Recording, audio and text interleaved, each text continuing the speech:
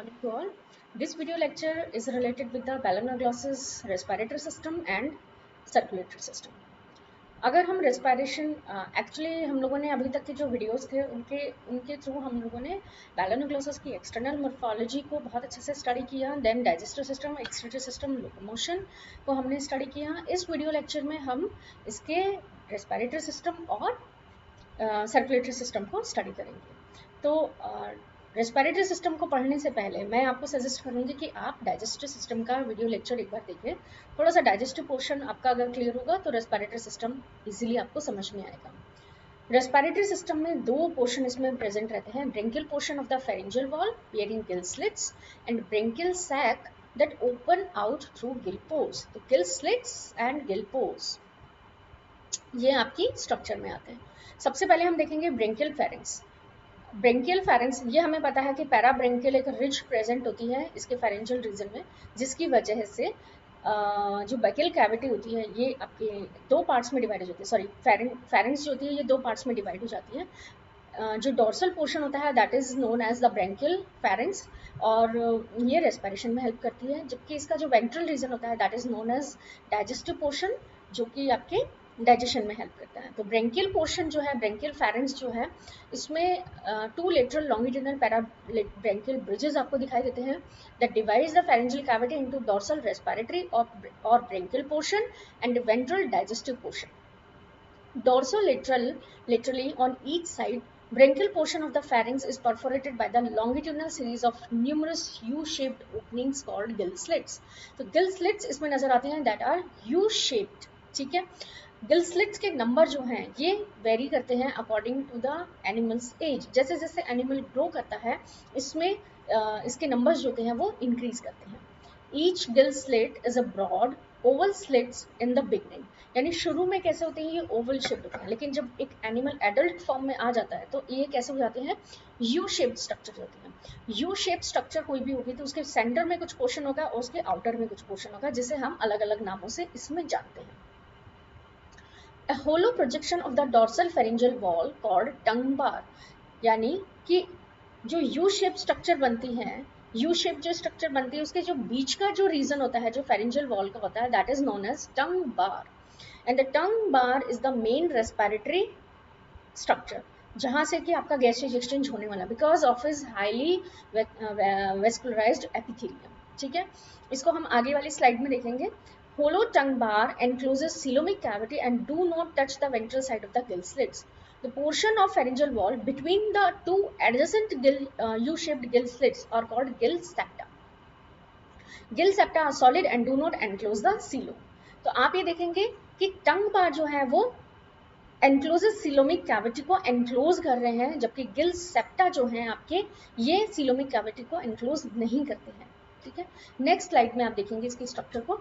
यहाँ पे आप देखिए आपको गिल स्लिट नजर आ रहा है, टंग बार नजर आ रहा है और गिल सेप्टम नजर आ रहे हैं, ठीक है। दो ये जो यू शेप जो स्ट्रक्चर है this is known as gill slit, ठीक है। जो व्हाइट कलर की है गिल स्लिट में क्या है आपका सीलोम प्रेजेंट है। इसमें जो यू शेप स्ट्रक्चर के जो बीच वाली जो गिल फेरिंजियल वॉल है this is known as tongue बार, ठीक है। बाहर जो यू शेप्ड गिल स्ट्रक्चर के बाहर के जो रीजन है this is known as gill septum, ठीक है। Gill septum and tongue bar ये दोनों ही फेरिंजियल वॉल की स्ट्रक्चर है। टंग बार जो है वो सेंटर में प्रेजेंट है और गिल सेप्टम जो है ये जो गिल स्लिट है, जो यू शेप्ड गिल स्लिट है इसके बाहर की तरफ प्रेजेंट है, ठीक है। यहाँ पे फेरिंजियल वॉल को सपोर्ट करने के लिए ब्रेंकियल स्केलेटन प्रेजेंट होते हैं, जो कि कैसे होते हैं आपके M shaped branchial skeleton present है। जो पास वाली जो स्ट्रक्चर आपको दिखाई हुई है इसमें आप देख सकते हैं एम शेप्ड स्ट्रक्चर प्रेजेंट है, ठीक है। इसमें सेंटर में एक रॉड लाइक सेप्टम प्रेजेंट होता है जो कि दो सेप्टम के फ्यूजन से बनता है। आप इसको कैसे पहचान सकते हैं, नीचे से ये बाइफर्केटेड है, ठीक है। तो ये जो बाइफर्केटेड स्ट्रक्चर होती है ये कहाँ पे प्रेजेंट है, दो गिल सेप्टम गिल स्लिट के बीच में जो दो यू शेप्ड स्ट्रक्चर नजर आ रही है उसके जो सेंटर में स्ट्रक्चर प्रेजेंट है ये आपके रोड ऑफ सेप्टम है, जो कि नीचे से बाइफर्केट हो रही है। और इसके जो एक्सटर्नल एजेस है ये कहाँ पे प्रेजेंट है, दो एडजेसेंट जो टंग बार है वहां पे प्रेजेंट है। आपको थोड़ा इसको बहुत क्लियरली इसको समझना होगा, अदरवाइज आप बहुत कंफ्यूज होंगे इसमें। आपको गिल स्लिट समझ में आना चाहिए। गिल स्लिट क्या है, जो यहाँ पे एक होलो ट्यूब जैसे स्ट्रक्चर बनी हुई है, वाइट है, जिसमें कोई डॉटेड नहीं है, वो आपका गिल स्लिट है, जो कि सीलोम को कवर कर रहा है, ठीक है। इसके बीच वाली स्ट्रक्चर को हम कह रहे हैं टंग बार, और इसके बाहर वाली स्ट्रक्चर को हम कह रहे हैं गिल सेप्टम। क्लियर है ये चीजें बिल्कुल।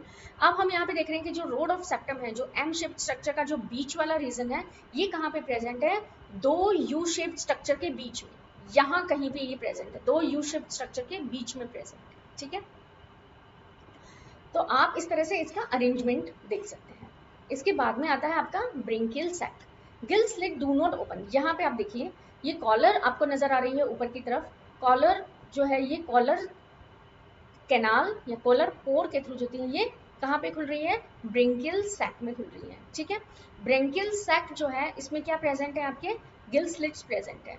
4 गिल स्लिट्स जो है वो मिलके एक ब्रेंकियल सैक बना रहे हैं। ये किसकी हम बात कर रहे हैं, बैलानोग्लोसस मिसैकेंस की बात कर रहे हैं, जहाँ पे कि 4 गिल स्लिट्स मिलके एक ब्रेंकियल सैक बना रहे हैं। तो कॉलर रीजन भी क्या है, गिल पोर के थ्रू बाहर खुलती है। इसी तरह से ब्रेंकियल सैक भी क्या है, गिल पोर के थ्रू बाहर खुल रहा है।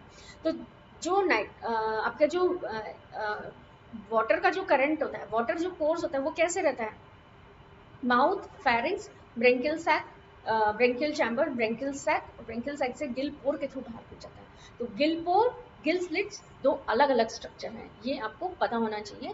पहले वाटर जो है वो गिल स्लिट्स में, गिल स्लिट से गिल पोर, गिल स्लिट से कहाँ जाएगा, ब्रेंकियल चैम्बर, और ब्रेंकियल चैम्बर से कहाँ जाएगा, गिल पोर के थ्रू बाहर की तरफ निकल जाता है। मैकेनिज्म ऑफ रेस्पिरेशन में हम क्या करेंगे, वाटर करंट के जो वाटर करंट का जो कोर्स है उसी को हम स्टडी करते हैं। Lateral lining of the cilia, lateral ciliated lining of the gill slits create a water current, जिसको हम फूड कम वाटर करंट भी कहते हैं, क्योंकि क्या होता है कि फूड जो होता है वो भी इसके थ्रू एंटर करता है। That enters the pharynx through mouth and then passes through the gill slits into the bronchial sac and finally leave the gill pore। तो कैसे कैसे रहा, pharynx, mouth, pharynx, then gill slits से branchial sac and branchial sac से gill pores. तो टंग बार जो होती है वो कैसे होती है, highly branched and blood capillaries are take part in the respiration, blood of their blood capillaries network take up oxygen dissolved in the water and diffuse carbon dioxide to it. This is all about the respiration. Next is the blood vascular system। तो blood vascular system जो बैलेनोग्लोसस का होता है, इसमें हम ये कैसा होता है, ओपन टाइप का होता है। यानी कैसा होता है कि आपका जो कलेक्टिंग वेसल्स है या डिस्ट्रीब्यूटरी वेसल्स है, वो कहीं साइनसेस में जाके मिल जाता है ब्लड। यानी ब्लड जो होता है वो कंप्लीटली ट्यूब में नहीं रहता, डिस्ट्रीब्यूट होता है, कलेक्ट होता है ट्यूब्स में, हार्ट भी प्रेजेंट है, लेकिन जहाँ ऑर्गन प्रेजेंट है वहाँ साइनस प्रेजेंट है। यानी ब्लड जो होता है वो ऑर्गन्स के चारों तरफ बिखरा हुआ रहता है, ठीक है। हमारे अंदर कैसा होता है, क्लोज टाइप का होता है। तो हमारे में पूरा ब्लड जो है वो कंप्लीट ट्यूब्स के रूप में रन करता है। यहाँ पे हम ब्लड सर्कुलेटरी सिस्टम में कलरलेस ब्लड के बारे में बात करेंगे, सेंट्रल साइनस और हार्ट साइकिल के बारे में बात करेंगे, फिर distributing vessels and arteries, sinuses, then collecting vessels और वेन्स, इनकी बात करेंगे। तो सबसे पहले हम देखेंगे कि ब्लड कैसा होता है, इनका कलरलेस होता है, किसी भी तरह का कोई रेस्पिरेटरी पिगमेंट इनमें प्रेजेंट नहीं रहता। इसके अलावा कुछ एंडोथेलियल सेल्स जो होती हैं वो इसमें प्रेजेंट रहती हैं। नाउ हम बात करेंगे central sinus and heart vesicle की। यहाँ पे आप कुछ स्ट्रक्चर देख सकते हैं, आपको बकल डायवर्टिकुलम नजर आ रहा है, central sinus and heart vesicle, इन तीन नामों को आप इस डायग्राम में रिकॉग्नाइज करने की कोशिश कीजिए। बकल डायवर्टिकुलम के जस्ट ऊपर की तरफ आपको सेंट्रल साइनस नजर आता है और सेंट्रल साइनस के जस्ट ऊपर की तरफ आपको हार्ट वेसाइकल नजर आता है, ठीक है। सेंट्रल साइनस जो होता है इसमें कॉन्ट्रेक्टाइल नेचर का होता है, ये इसमें कॉन्ट्रेक्शन होता है। तो अगर सेंट्रल साइनस में कॉन्ट्रेक्शन होगा तो हार्ट वेसाइकल की जो वेंट्रल वॉल है वहां पे क्या होगा, कॉन्ट्रेक्शन का प्रोसेस होता है।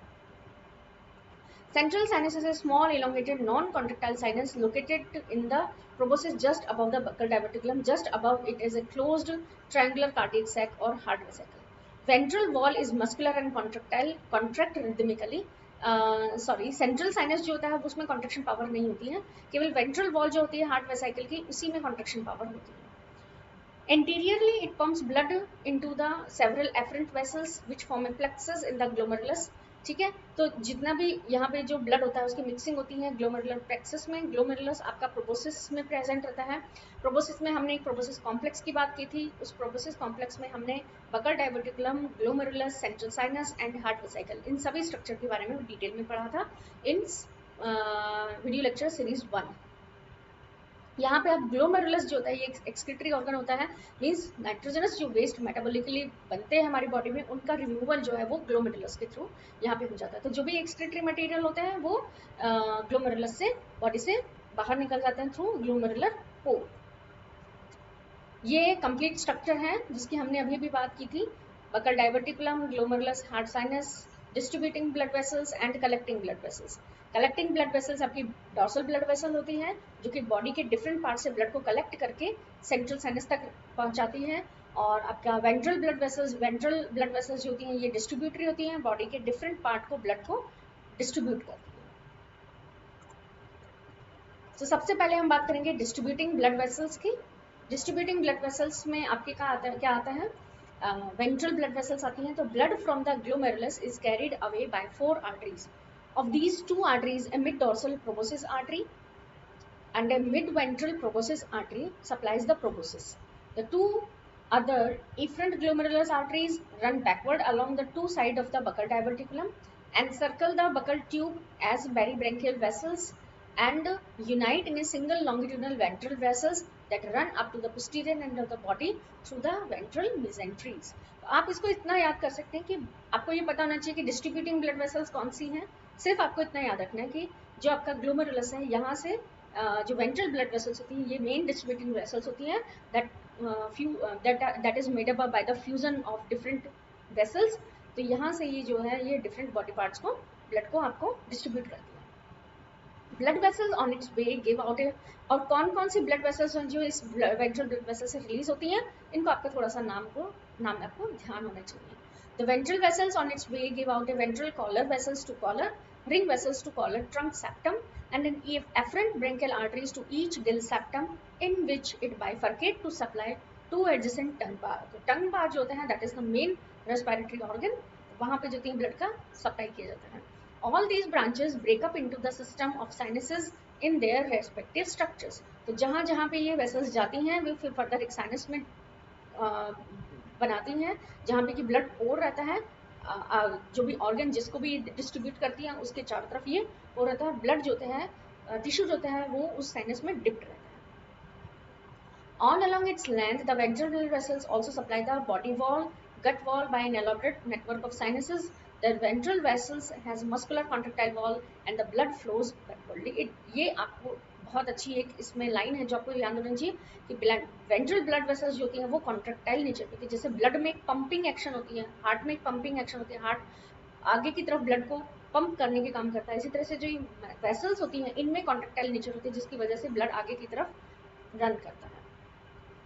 कलेक्टिंग वेसल्स जो होती हैं blood from the body wall, gut wall, branchial apparatus is collected by a single median dorsal vessels which run through dorsal mesenteries from posterior end up to the collar। It has muscular and contractile wall and blood flows forward in it। At the interior of the collar, the dorsal vessels dilate a little to form a venous sinuses। Venous sinuses receive lateral proboscis vein from each other of the proboscis and then open into the central sinus। ये आपका पूरा circulatory system और respiratory system जो कि एक दूसरे से connected होते हैं इसके बारे में हमने डिस्कस किया है। Thank you.